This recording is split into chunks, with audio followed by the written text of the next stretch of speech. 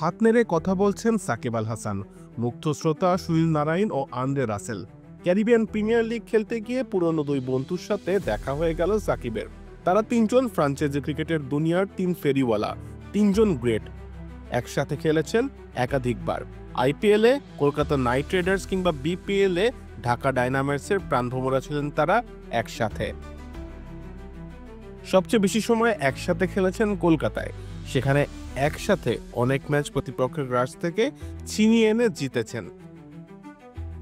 এবার সিপিএলে তিনজনকে একসাথে দেখা গেল, যদিও সাকিব এবার ছিলেন রাসেল নারায়ণদের প্রতিপক্ষ। সাকিব খেলছেন অ্যান্টিগা অ্যান্ড বারবুডা ফ্যালকনসে, অন্যদিকে রাসেল নারায়ণদের দল ট্রিনবাগো নাইট রাইডার্স। অ্যান্টিগাতে নিজেদের মাঠে ৮ রানে নাইট রাইডার্সকে হারিয়েছে ফ্যালকনস। আর এটা ওইটা না, কাপড় ধোয়ার একটাই সলিউশন, চাকা অল ইন ওয়ান।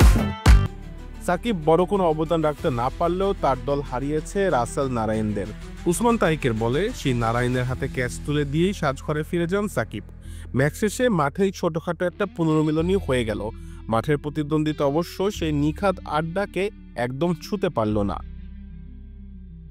কাউসার মুজিব, অপূর্ব, খেলা ৭১।